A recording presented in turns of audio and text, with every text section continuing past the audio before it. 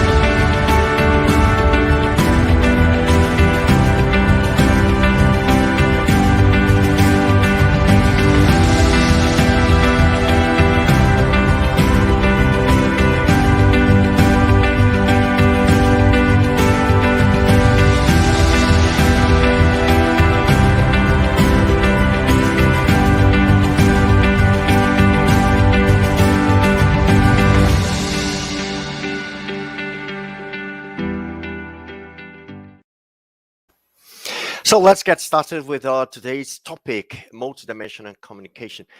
As one of the 7 pillars of Conscientiology points out, the consciousness, right, just transcends the intraphysical reality to manifest in multiple dimensions. Our whole biography has been written over uncountable life experiences, keeping us connected to those who we relate to in former lives. So this interdimensional communication is absolutely necessary for us to have a whole understanding of ourselves. I would like to start our Let's Talk today by asking our talkers about a personal definition of this multidimensional communication and also the importance of this multidimensional communication in our everyday life. Let's start with Karina. Okay, I'll talk about my example, how I can improve my communication and how I try to communicate with my helpers, for example. So I don't have this kind of parapsychism like we are talking now. So it's like if my helper was right here beside me and I could say everything I want to him and I can listen to him like perfectly. So I have to develop some strategy, some techniques. It's like when the pilot is going to land in the airport and it's very cloudy, so we use the instruments in order to guide us. So I could do this analogy in the multidimensional communication. So we don't have like 100% clear communication yet. We are working on it in order to make ourselves clearer and understand the information. So one thing I use is to be aware of the signs. So I look up for, this is a way I communicate better. So I am aware of the synchronicities, the significant coincidence when I'm about to take a decision, for example. So I look for the signs, and sometimes I don't even have to look for them. They just pop up like all the time. And sometimes the information comes from a person that is related to me, and the person says the exact phrase I needed to hear, or is a book that has the content of the information, or I turn on the TV and the show that is going on at the time is the exact place that I have to be, something like that. So we have to be like 100% aware in order to gather this puzzle and get the information.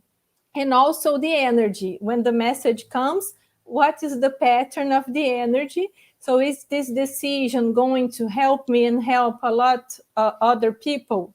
So this is how I make my decisions. I'm learning to read these signals and also read the energies, like the psychometries. Is this the energy of a helper? Is this the energy of someone that is trying to not to hurt me in some way, or so I'll make the wrong decision? Is someone that is needing help, so the pattern is not that good? So this is how I do often in my daily life. Some people have like clairvoyance, some people have clear audience. I look for the signs. That's how I communicate. That's very interesting, Karina, because everything is interconnected, right? So the first thing that some might ask themselves, which is, okay, if I can communicate through my energies, or my energy is a very important channel of information, there's something there. So if we have bioenergies, if we notice that we have energies, then we may have this, glimpse of idea. Yeah, it's possible to communicate through energies. We're going to talk about it better today. Danielle. Yes, Karina, I agree 100% the way that you are understanding the multidimensional communication.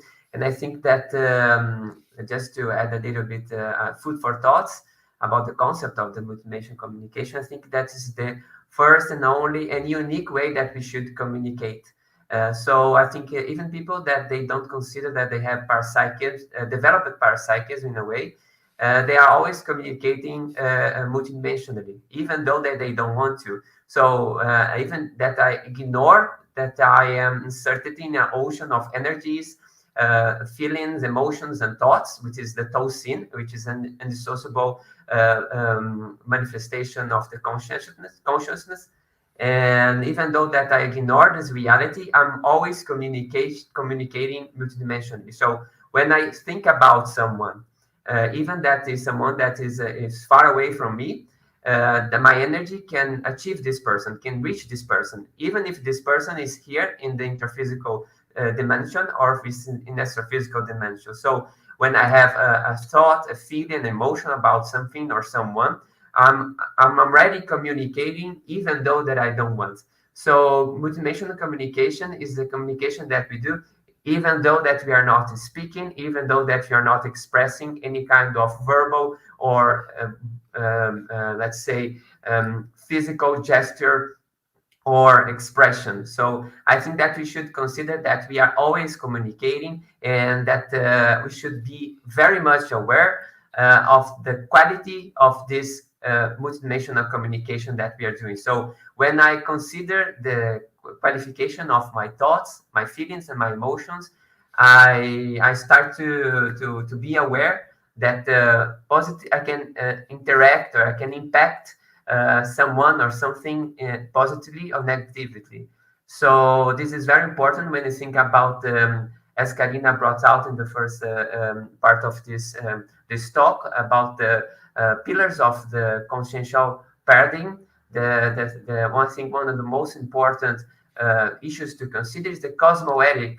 So when I'm thinking about the qualification of my thoughts, I'm considering the cosmoetic of my manifestation. So just to add up a little some things that we should consider, because Karina mentioned a lot about the helpers. So the helpers, how can I communicate better with the helpers and not with the intruders? So to communicate better with the helpers, I had to qualify my thoughts, my feelings, my emotions, my energies, my whole Tosin manifestation. So I think this is just something that we should consider all the time. even though that we are not aware that we are communicating multidimensionally in the moment that we are.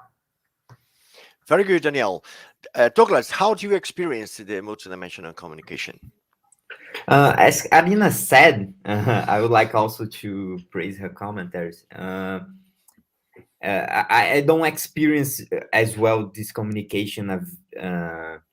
I always I used to experience this in a very subtle way. So for me, multidimensional communication is much more like getting to know this chain of events, that the possibility of chain of events, and trying to synchronize myself with the one that is better for my moment. So these come as signals, or these come as Karina said, someone speaking something, and that information will be useful to for me to synchronize with the with what is best for me in the moment. But I would like also to add that working with your energies and getting to expand your parapsychism, we start to experience more some more other phenomena that are more how can I say that, less subtle. So we can start to see, we can start to make consciential projection, so we can have out of body experience. And that for me as well, as they are different phenomena that are not as that subtle, but they serve the same condition. They tend to give me the direction that I need to move forward. So I experience this multidimensional communication, this very like Karina said, they are all signals to help me to synchronize what my next moves will be. Yes, it's very interesting to see each of you saying one particular standpoint from this this communication, right? Because it can be lived or expressed differently. I would like to encourage everyone who is participating in this show today to leave your question in the comment section, right? If you have any question about it, or if you have had an experience you'd like to share, so please put your comments in the comment section. And I think that we have something coming up now. Cesar Vanchea. Cesar Vanchea, nice to have you here today. Why are these signals so subtle and are not received as crystal clear messages? Why do helpers go to all this trouble to create subtle hints that might very well be misunderstood? Can I start? Yeah, go ahead. This is a very good question, actually. And we are developing ourselves in order to improve our communication with helpers. And it's the same with helpers. It's not that easy for them as well to communicate because of the difference of the pattern of energies. The helpers are more subtle. They don't have the soma, this dense material energy. So we are not in the same dimension. When we work with our energies, like Douglas said, we try to create an energetic field, so it will be, the helper will be more able to communicate with us. So that's why we exteriorize energies, we clean up our environments, we make it like more helper friendly. Otherwise, like Daniel said, we will have the connection with more people that are emotionally unstable, and sometimes even intrusion. We can communicate with intruders as well. And that's why the messages are not that crystal clear, because we have a saying in Portuguese, it's reciprocity. The difficulties are reciprocal between us and the helpers. It's not only ourselves that needs to develop more this ability, but also the helpers are developing themselves.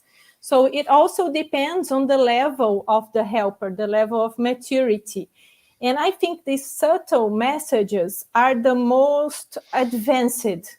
The more physical the phenomena, like when, for instance, someone touches you or you listen like in this dimension, so the more energy we need, and sometimes the lower the level of the people that are trying to communicate. The more subtle, so the more how to say, more subtle, because they are in a higher and higher dimension, so it's even more difficult to communicate. So they you use less dance, yes. So they will use these artificial or even techniques, so we can develop ourselves in order to read the signs. So I am improving myself as well. It's much more interesting to have a helper that will not give me the whole transcription of what I need to do, but will give me some clues in order for me to develop myself as well, and my mind, my mindset. And so I have to read, I have to watch some movies, I have to talk to people, and I have to study a lot and work with my energy. So this way I'm improving myself in order to get a better read or a better understanding of the message. If everything comes like in a book, so you just have this is the manual, you don't have to make any effort in order to develop your parapsychism. I don't think it's a helper, it's a neurotic guide.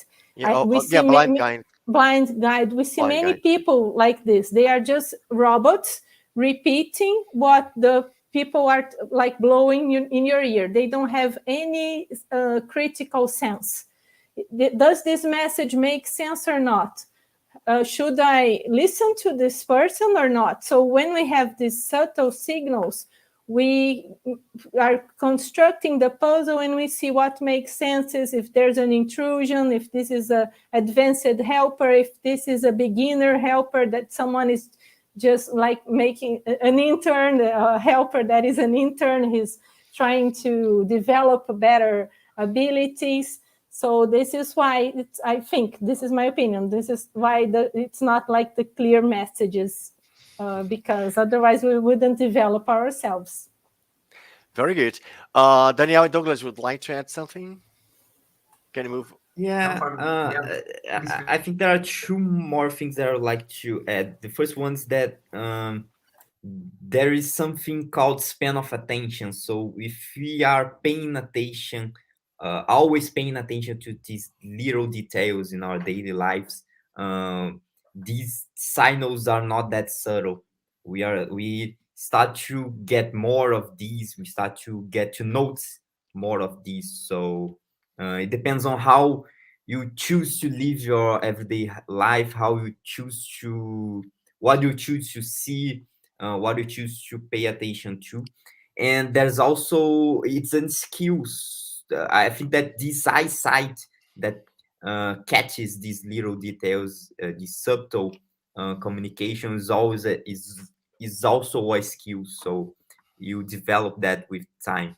So this we are calling these details subtle, but they start to get less of subtle as we develop our skill to capture it. All right. Now I'd like to go back to our childhood, right? I think it's very important because as the multidimensional communication is something natural to human beings, I wouldn't say common, right? But not everyone experiences this, but natural, since it's an innate skill or ability. I'd like us to talk about when it happens in our childhood, and actually the parents' role, right, towards disability perceived in the young child. For example, my granddaughter is clairvoyant, but my daughter is aware of disability because we have taught her, right? So she's aware of it and she's dealing with this. But I just imagine when a kid or a child whose parents are unaware of these abilities, how to deal with this. Let's go back to our childhood. I'd like to ask you a question. How did you first express or first experience our multidimensional communication? How was it, and how was your parents' reaction, and what did you do? Let's go back a bit, because I hope that some parents may be here participating. I would like to give a message to people who have kids and one of the kids may just express this kind of ability, it's important to know how to deal with this. Can I start? Yes, go ahead. Okay, so I think in my biography of this life, okay, I was born with high sensitiveness, right?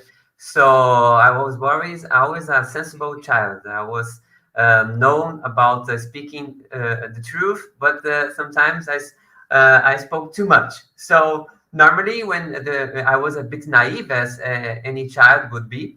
So you start to point out things that you understand about others, especially adults. So you see someone that you say, oh no, you didn't say that before. Why you're doing this? Because they are doing so. You start to tell this. So sometimes when you got speaking too much, so some people, the grown ups, they say you to talk. Please stop talking.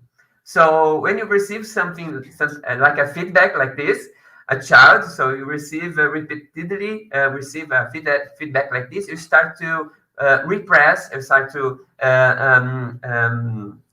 let's say hold yourself, especially concerning these perceptions, perceptions, better to say, right? So I think that I started to manifest my parapsychism when I was a teenager, almost in a grow up. I started to do this by myself. But when I was a little child, especially, I started to have nightmares. So when I talk about these nightmares, which was out of body experience, that was not especially with helpers, but with the intruders or the blind guys that was near the people that I was living with. So I start to talk about these nightmares, and normally when you talk about this, people are around you, your parents and people that they know are not so aware of this multidimensional reality, they start to be afraid. So I think that I think my suggestion is for the parents to first of all develop a fearlessness about the multidimensional reality, because this is really important to transmit the security and safety to a child that is manifesting the parapsychism. So if a parent, they are afraid of something, the child would be also. So normally the child would hold the multidimensional parapsychism manifestation, and this will be like a trauma. They will be blocked in the future, and the work to reprocess these blocks and these traumas is so much higher than if you just educate yourself to instigate and not to block your child's manifestation. Yes, definitely. It's very important, Danielle. Karina? Yeah, I also agree with Danielle. And I think parents should listen to what their kids have to say, because sometimes they do exactly the opposite, like you talk too much, don't talk about it. But you should instigate them to want to talk more. So make questions. So what is it that you're feeling, what you are seeing, what you are remembering? Because sometimes children remember their past lives and they have lots of useful information, and parents don't want to hear about it. Sometimes they see dead people. So we should all try to do this and see dead people, like the movie. But sometimes parents are afraid. In my case, I used to listen to extra physical sounds, mainly when I was going to sleep, when I was like 5-6 years old, and like people walking in the room, like footsteps, people like steps. And I used to talk to my mother, and it was like, oh, it's nothing, go to bed, make a prayer, it will go away. So it's like you're closing your chakras, you're closing your perceptions. It's like something bad. Not maybe it was a helper or someone trying to communicate, or someone close to my past life, even a relative from this life that passed away and was there. And I was told to like shut down. It will go away and close your eyes and don't think about it. I also saw some lights used just when it was dark, like some lights popping in the room, like the dim air, the energy dimension. And I was also told to let it go. It was nothing. It was my imagination. And I see this happening to lots of people. And some people, even children, they they see their body from the ceiling, and the parents don't know how to deal. Some have imaginary friends that are not that imaginary, so sometimes they are imaginary, but many times they are not. They are extra physical consciousness, and the children begin to play with them and talk to them like some human being that is like beside them.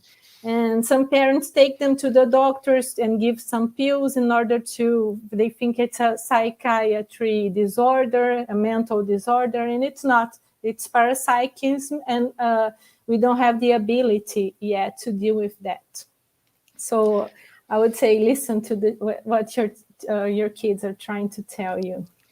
That's very interesting what you said, because I say invisible friends. I say invisible because we know that they are there. And this is the first communication, multidimensional communication we may experience in life, right? When we are very young.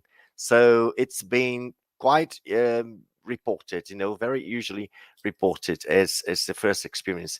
Okay, Douglas. I would like to add that it's also a healthy issue, because usually when kids are parapsychic, they are very sensible emotionally, and also in lots of ways they are sensible in a lot of ways. So if you block that parapsychism, that could as well be a blockage of their emotions. So when they become adults, that could cause other health issues, and that would it would be like a cascade of events that would lead to uh, that could lead to a health issue. So it's very important to be very to try to understand what the kid is seeing, what it is perceive, what is getting from the environment, what is happening, and try to develop that with the kid too. That kid should live with that as healthy and as mature as possible, and as that kid won't be able to do that during its childhood, but you should teach it to be able to develop continuously in that way. So when he or she become an adult, she will be much more secure about its perceptions and its emotions than if it was blocked during its childhood.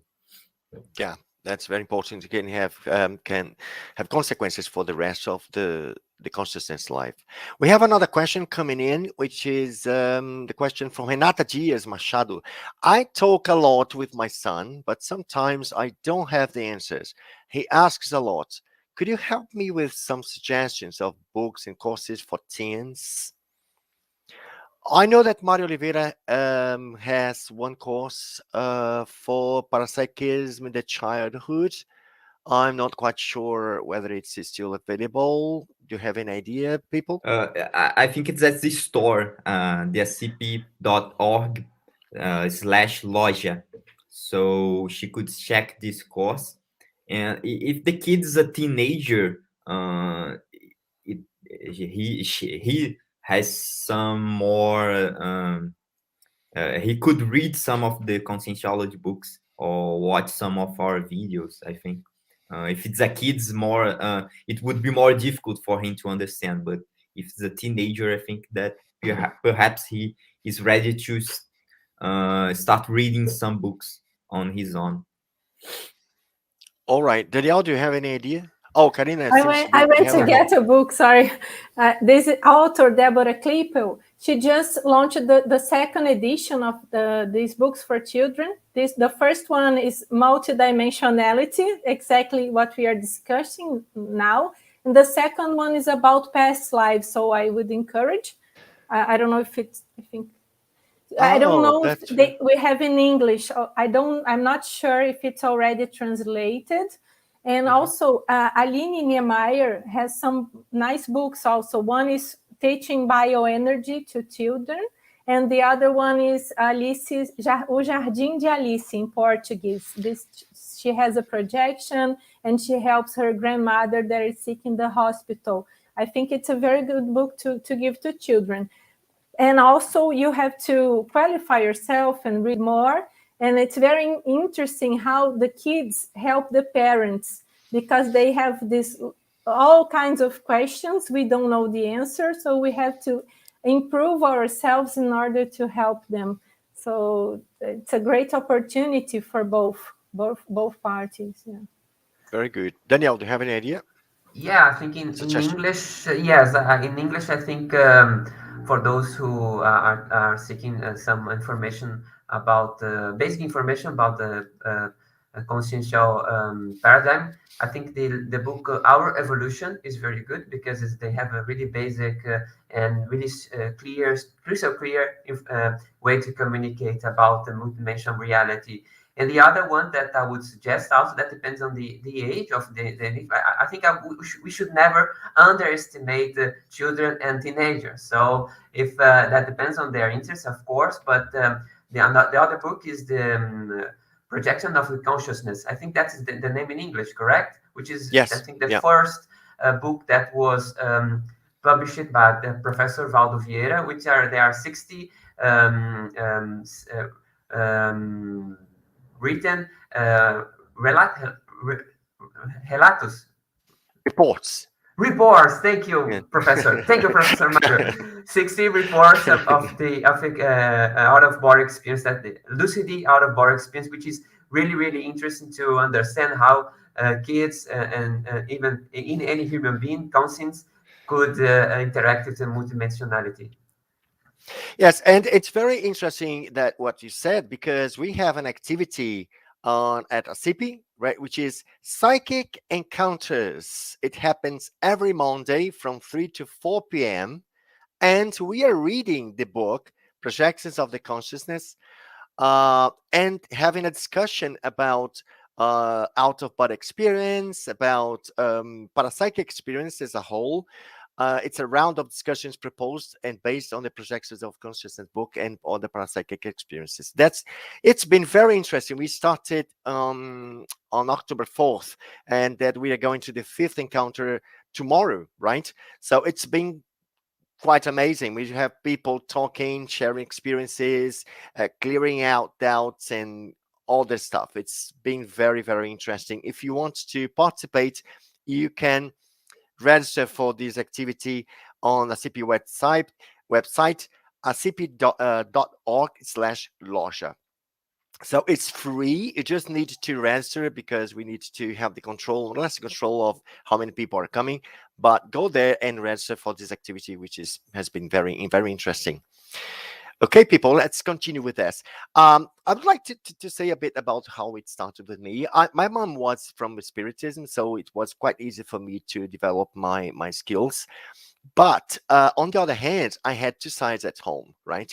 I had the spiritual side from my mom, and my dad was Catholic.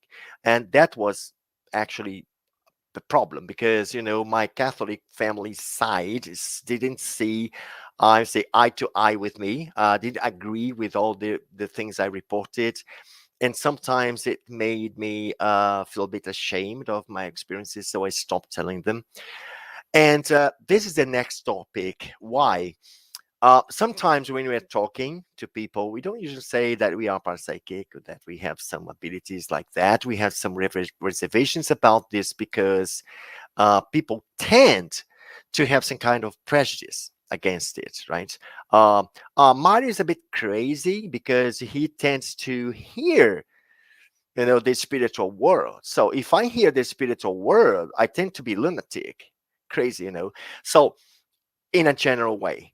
So actually, it's another thing that you have to deal with. I particularly don't give any weight to it. I definitely don't give any weight. I just say what I have to say. If you believe, that's fine. If you don't believe, that's fine.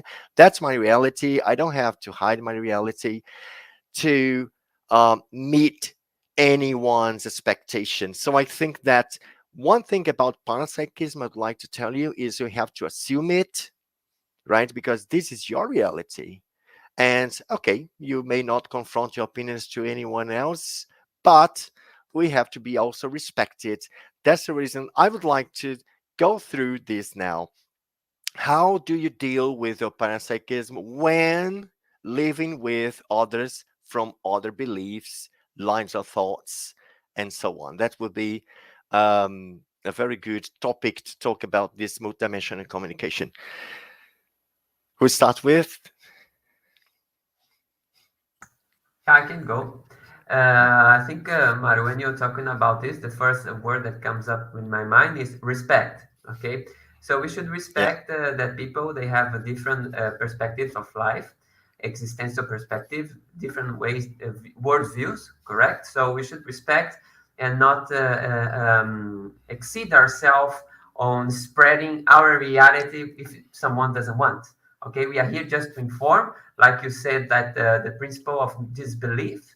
So we should carry this principle in our daily activities as one of the most important foundations of our manifestation. So we don't need to be oracles.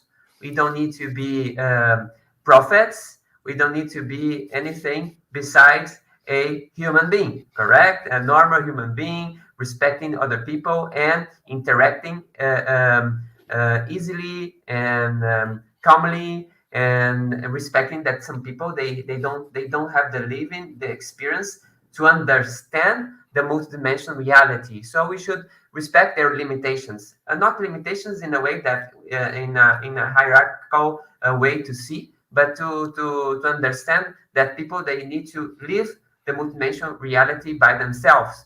So when I'm talking with someone, I don't need to say that I saw your helper, I saw that you have an intruder. No, my helper just said me that you should listen to my helper. No, we don't need to be like this. We can interact multidimensionally actually, without needing to state ourselves as our parapsychics. So I think in another hand, it's important also to give an examples. So when you give examples that we understand the multidimensional reality, and the people they have aperture for that, they are open for that, they have new philia to understand this reality. Okay, we should deal with this subject normally as a day-to-day subject. So when people, myself and my experience, and I tell someone that about energies, I first make an approach to see how someone will react in face of these considerations. If I see that someone will consider myself crazy, okay, I'm not taking myself as crazy. I know that I'm not, because my experience, I prove to myself that this reality is the one reality. So, but when we do this approach, we understand the level of multidimensional understanding or experience that someone has. So you can develop a conversation stating and talking about your perceptions, talking about the way that you see life. But you don't need to do this as missionaries. We don't need to do this as people that are carrying the truth and spreading the truth. No, we should interact with no strings attached to the spreading the multidimensional reality. But we should be examples of how people can live normally without any religion behind, without any ritual behind, can live normally and peacefully with this multidimensional reality. So I think this is really important. Yeah, and you said something important, which is to set yourself as an example. I got stuck to. Professor Epico Mario Oliveira, right, from ASSIPI, told once that he worked at a company, right, and he was parapsychic then, right, and he had some standpoints from the parapsychism, I remember he says that his boss said, I thought that you were crazy because of your paraperceptions, but now I see that you are not crazy. I say, oh, Interesting, because what I mean is the prejudice behind the parapsychism leads to fear and blockages, right? That all this kind of prejudice people might have. So, Karina, would like to add something to this topic, please? Yes, I would like to give also my example. When I was a volunteer at IIPC, the Projectiology Institution, I used to volunteer at Radio Tupi, the radio. So we had a weekly show, and it was the leader of audience at the time. And I was there for 3 years every week. So many people used to listen to that show. And like sometimes I entered the taxi and the taxi driver would recognize my voice from the show, because it was really the leader of mainly the taxi drivers. They would love this, used to love the show. And I remember once I used to work in a big corporation, a multinational company. And I wasn't talking to anyone about what I was studying and teaching, only in small groups, listening. So he was aware I was studying parapsychic phenomena. And he spread the word to the whole company. Karina is doing that. Some people thought I was crazy. I suffered a little bit of bullying from some other colleagues, but the majority respected me because they knew the professional that I was, and my judgment was in the right place.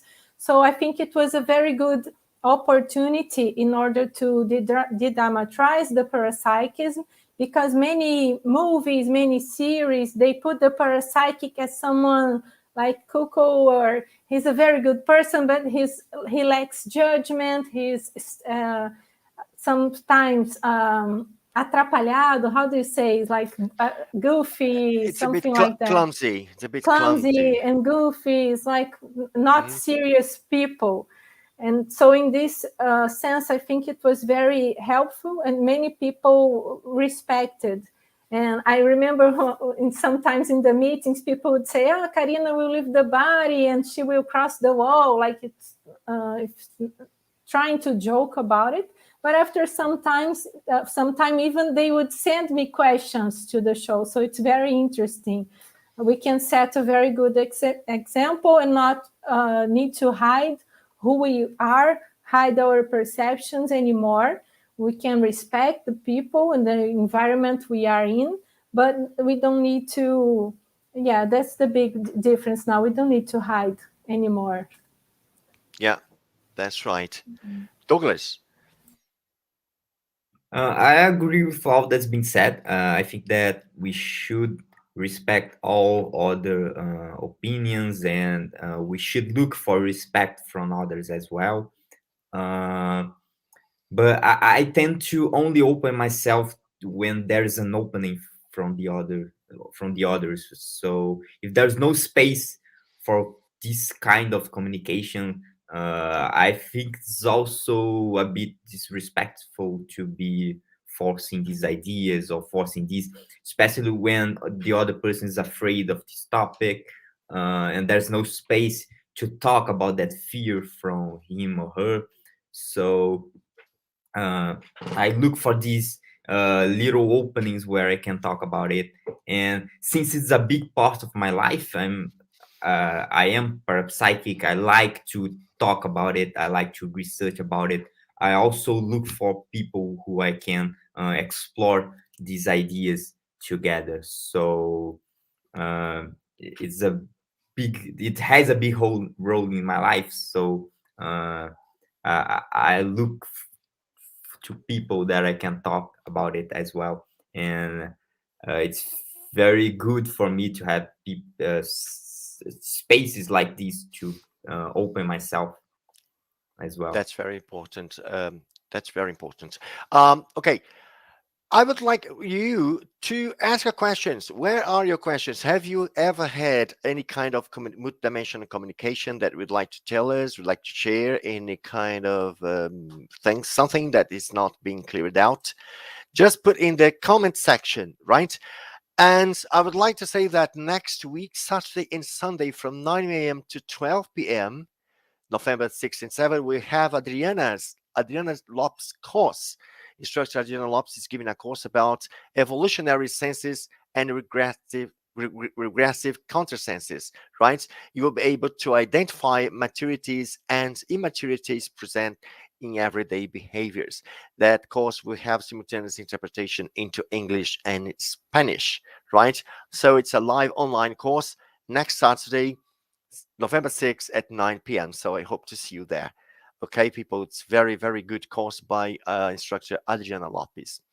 Let's continue with our Let's Talk. We are approaching to the last part of our conversation today.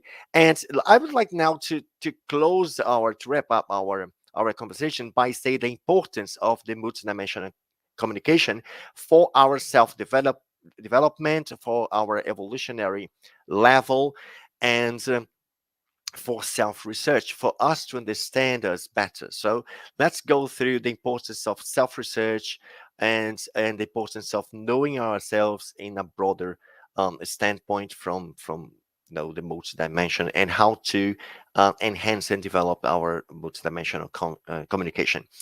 Should we go through it, Karina?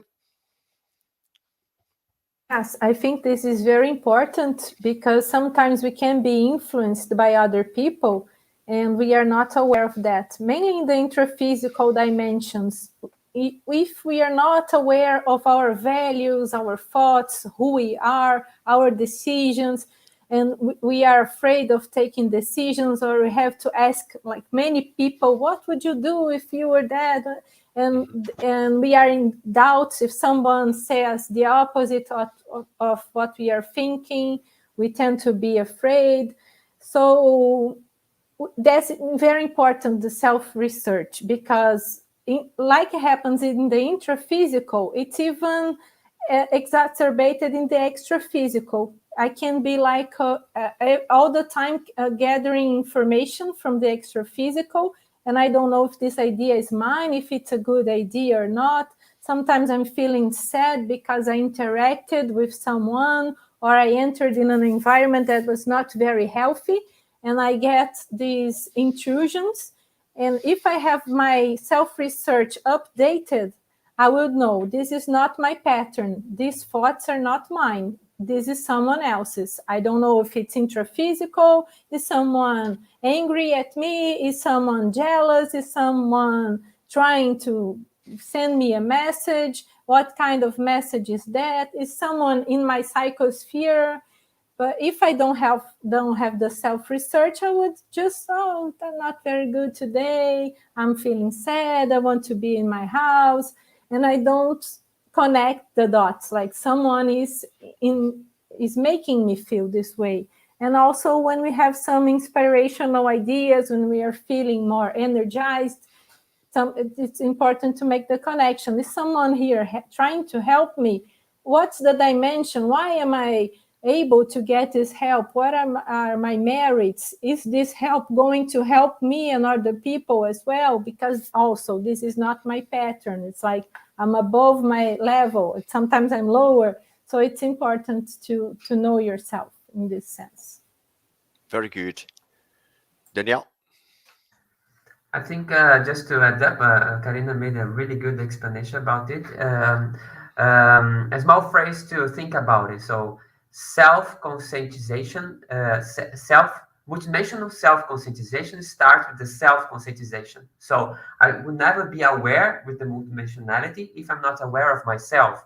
So I need to understand me as a multidimensional consciousness, and to understand me not only as an interphysical being, but as an astrophysical being as well.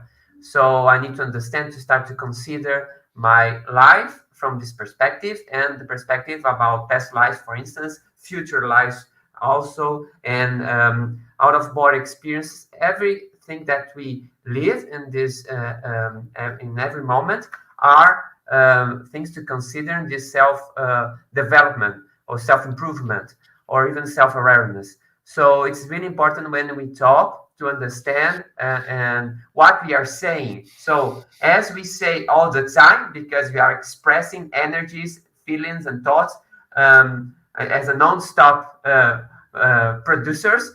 So we need to understand what we are sending the exteriorization to the cosmos or other people in a whole. So this is really important to understand about ourselves, to learn how to filter what are coming from the outside. So I think that this is really important to consider. Douglas? I also agree with Karina when she said that having multidimensional communications help us be more authentic with ourselves, with our values, with what we believe.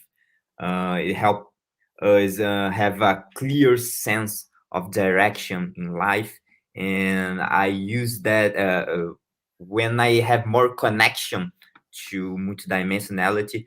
I tend to be more I tend to be in a more energetic state. I tend to be more happy. I tend to live better than when I'm only considering this dimension.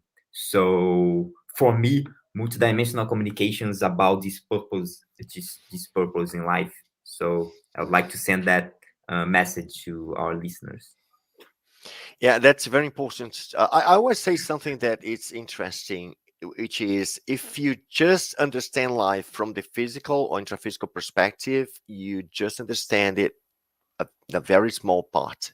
You know, I don't know the percentage, but it's a very small part. So because our daily multidimensional communication is frequent and permanent, whether we are aware or unaware of it, it's happening all the time.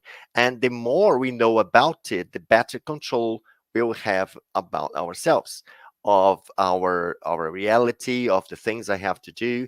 Now imagine, we were talking in the beginning of the conversation, Karina was presenting conscientiology, and she mentioned the 7 pillars of conscientiology.